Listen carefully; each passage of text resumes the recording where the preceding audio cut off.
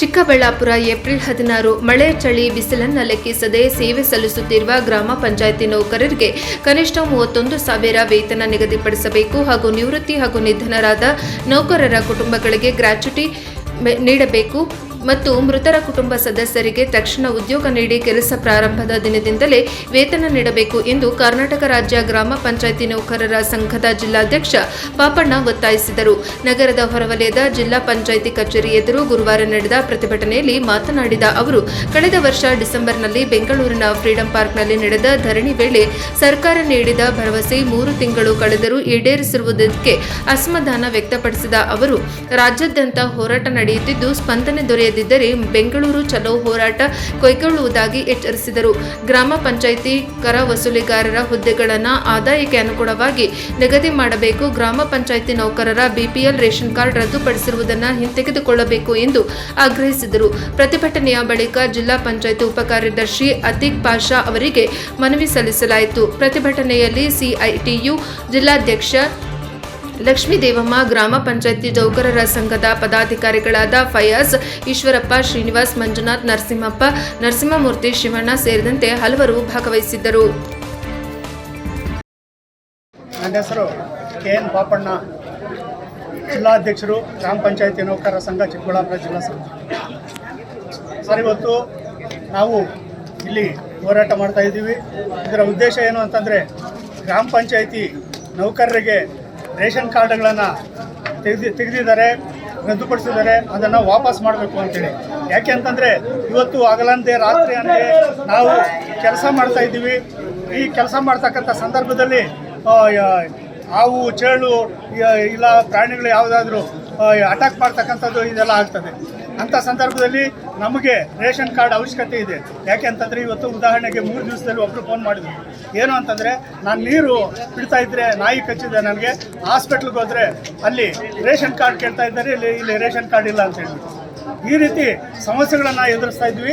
ಅದೇ ರೀತಿಯಾಗಿ ಇವತ್ತು ನಿವೃತ್ತಿ ಹೊಂದಿರತಕ್ಕಂಥವರಿಗೆ 6 ಲಕ್ಷ ಇಡ್ಗಂಟನ್ನು ನೀಡಬೇಕು ಅಂತೇಳಿ ಈಗಾಗಲೇ ಸರ್ಕಾರ ಆದೇಶ ಮಾತುಕತೆ ಮುಖಾಂತರ ಅದನ್ನು ತೀರ್ಮಾನ ಮಾಡಿದ್ದಾರೆ. ಅದನ್ನು ಆದೇಶ ಮಾಡಬೇಕು ಅಂತಕ್ಕಂಥದ್ದು. ಅದೇ ರೀತಿಯಾಗಿ ಇವತ್ತು ಎಲ್ಲ ನೌಕರರಿಗೂ ಕೂಡ ಅನುಮೋದನೆ ನೀಡಿರ್ತಕ್ಕಂಥದ್ದು. ಇವತ್ತು ಬೆಲೆ ಏರಿಕೆಗೆ ಅನುಗುಣವಾಗಿ ಇವತ್ತು ಕನಿಷ್ಠ ವೇತನವನ್ನು 31,000 ನಿಗದಿ ಮಾಡಬೇಕು. ಇನ್ನೂ ಹಲವಾರು ಬೇಡಿಕೆಗಳನ್ನು ಇಟ್ಟು ಇವತ್ತು ನಾವಿಲ್ಲಿ ಹೋರಾಟವನ್ನು ಮಾಡ್ತೀವಿ. ಲಕ್ಷ್ಮೀದೇವಮ್ಮ ಅಂತ CITU ಜಿಲ್ಲಾಧ್ಯಕ್ಷೆ. ಇವತ್ತು ಗ್ರಾಮ ಪಂಚಾಯತಿ ನೌಕರರು ಇಡೀ ರಾಜ್ಯಾದ್ಯಂತ ಹೋರಾಟವನ್ನು ಮಾಡ್ತಾ ಇದ್ದಾರೆ ಜಿಲ್ಲಾ ಪಂಚಾಯತಿಗಳ ಮುಂದೆ. ಕಾರಣ ಏನು ಅಂತಂದರೆ, ಇವರಿಗೆ ರೇಷನ್ ಕಾರ್ಡನ್ನು ತೆಗೆದಿದ್ದಾರೆ ಮತ್ತು ಕನಿಷ್ಠ ವೇತನವನ್ನು ಪರಿಷ್ಕರಣೆ ಮಾಡಬೇಕು ಅನ್ನುವಂಥದ್ದು ಆಗಿದೆ. ಪರಿಷ್ಕರಣೆ ಮಾಡ್ತೀವಿ ಅಂತ ಕಳೆದ ಹೋರಾಟದಲ್ಲೇ ಕೂಡ ನಮ್ಮ ಸರ್ಕಾರದ ಅಧೀನ ಕಾರ್ಯದರ್ಶಿಗಳು ಹೇಳಿದರು. ಆದರೆ ಇದುವರೆಗೂ ಕೂಡ ಅದು ಆಗಿಲ್ಲ. ಮತ್ತು ಈಗ ಕೊಡ್ತಾ ಇರೋಂಥ 15,000 ರೂಪಾಯಲ್ಲಿ ಇವತ್ತು ರೇಷನ್ ಕಾರ್ಡ್ ಕೂಡ ತೆಗೆದ್ರೆ ಅವ್ರ ಮಕ್ಕಳ ಎಜುಕೇಷನ್ ಏನಾಗಬೇಕು, ಮತ್ತು ಆಸ್ಪತ್ರೆ ಖರ್ಚು ಏನಾಗಬೇಕು, ಮನೆ ಸಂಸಾರ ಯಾವ ಥರ ನಡೆಸಬೇಕು ಅನ್ನೋವಂಥದ್ದು ನಮ್ಮ ಮುಂದೆ ಇರೋವಂಥದ್ದು. ಇವತ್ತು ಕರ್ನಾಟಕದ ಕನಿಷ್ಠ ವೇತನ 31,000 ರೂಪಾಯಿ ಇದೆ. 31,000 ರೂಪಾಯಿ ಕೊಟ್ಟ ಮೇಲೆ ಬೇಕಾದರೆ ಅವ್ರು ಏನು ಬೇಕಾದರೂ ಮಾಡಲಿ. ಆದರೆ ಇವತ್ತು ಪೂರ್ತಿ ವೇತನನೂ ಕೊಡದೆ ಇರೋಂತಹ ಸವಲತ್ತುಗಳನ್ನು ಕೂಡ ಕಸಿಯುವಂಥ ಪ್ರಯತ್ನವನ್ನು ಮಾಡ್ತಾ ಇದ್ದಾರೆ. ಮತ್ತು ಇವತ್ತು ಪಂಚಾಯತಿಗಳಲ್ಲಿ ಯಾರು ನೌಕರರು ರಿಟೈರ್ಡ್ ಆಗಿದ್ದಾರೆ, ನಿವೃತ್ತಿ ಆಗಿದ್ದಾರೆ, ಅವ್ರಿಗೆ ಗ್ರಾಚ್ಯುಟಿ ಉಪಧನ ಕೊಡಬೇಕು ಅಂತ ಆದೇಶ ಆಗಿದೆ ಸರ್ಕಾರದ ಮಟ್ಟದಲ್ಲಿ. ಆದರೆ ಯಾವುದೇ ಒಂದು ಪಂಚಾಯತಿಯಲ್ಲೂ ಕೂಡ ಈ ಉಪಧನವನ್ನು ಕೊಡ್ತಾ ಇಲ್ಲ. ನಮ್ಮ ಅಧಿಕಾರಿಗಳು ಅದನ್ನು ಜವಾಬ್ದಾರಿ ತಗೊಂಡು ಕೊಡಿಸ್ಬೇಕು. ಮತ್ತು ಇವತ್ತು ಏನು ಕುಂದುಕೊರತೆಗಳ ಸಭೆ ಕರಿತೀವಿ ಅಂತ ನಮ್ಮ CO ಸರ್ ಕಳೆದ ಸರಿ ಕೂಡ ಹೇಳಿದ್ದಾರೆ. ಈಗಲೂ ಕೂಡ ಒಂದು ದಿನಾಂಕವನ್ನು ನಿಗದಿ ಮಾಡಿ ನಿಮ್ಮ ಎಲ್ಲ ಸಮಸ್ಯೆಗಳನ್ನು ಕೂಡ ಬಗೆಹರಿಸ್ತೀವಿ ಅಂತ ಹೇಳಿದ್ದಾರೆ. ಸುಮಾರು ಪಂಚಾಯತಿಗಳಲ್ಲಿ 10 ತಿಂಗಳು 11 ತಿಂಗಳ ವೇತನ ಬಾಕಿ ಇದೆ. ಅದನ್ನು ಕೊಡಿಸುವಂಥ ಪ್ರಯತ್ನವನ್ನು ಕೂಡ ಮಾಡಬೇಕು ಅಂತ ಅಂದ್ಬಿಟ್ಟು ಒತ್ತಾಯ ಮಾಡ್ತಾರೆ. ನಾವು ಒತ್ತಾಯ ಮಾಡ್ತಾ ಇದ್ದೀವಿ. ಇವತ್ತು ಜಿಲ್ಲಾಧಿಕಾರಿಗಳು ಇಲ್ಲ, ಅಲ್ಲಿ ಎಲ್ಲ ಹೋಗಿದ್ದಾರೆ. ಆದ್ರಿಂದ CO ಅವ್ರಿಗೆ ನಾವು ಒತ್ತಾಯ ಮಾಡಿ ಇವತ್ತು ಮನವಿಯನ್ನು ಕೊಡ್ತಾ ಇದ್ದೀವಿ. ಅದ್ರ ಜೊತೆಗೆ ಇವತ್ತು ಇಡೀ ದೇಶಾದ್ಯಂತ ನಾವು 14ರಿಂದ ಸಹಿ ಸಂಗ್ರಹ ಮಾಡ್ತಾ ಇದ್ದೀವಿ.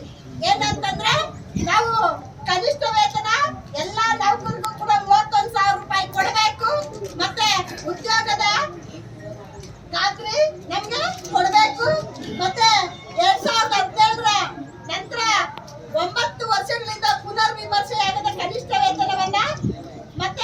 ಪೂರ್ವಾನ್ವಯವಾಗುವಂತೆ ತುಟಿ ಭತ್ಯದೊಂದಿಗೆ 31,000 ಕನಿಷ್ಠ ವೇತನ ಕೊಡಬೇಕು. ಮತ್ತೆ ಕಾರ್ಮಿಕ ಸಂಹಿತೆಗಳು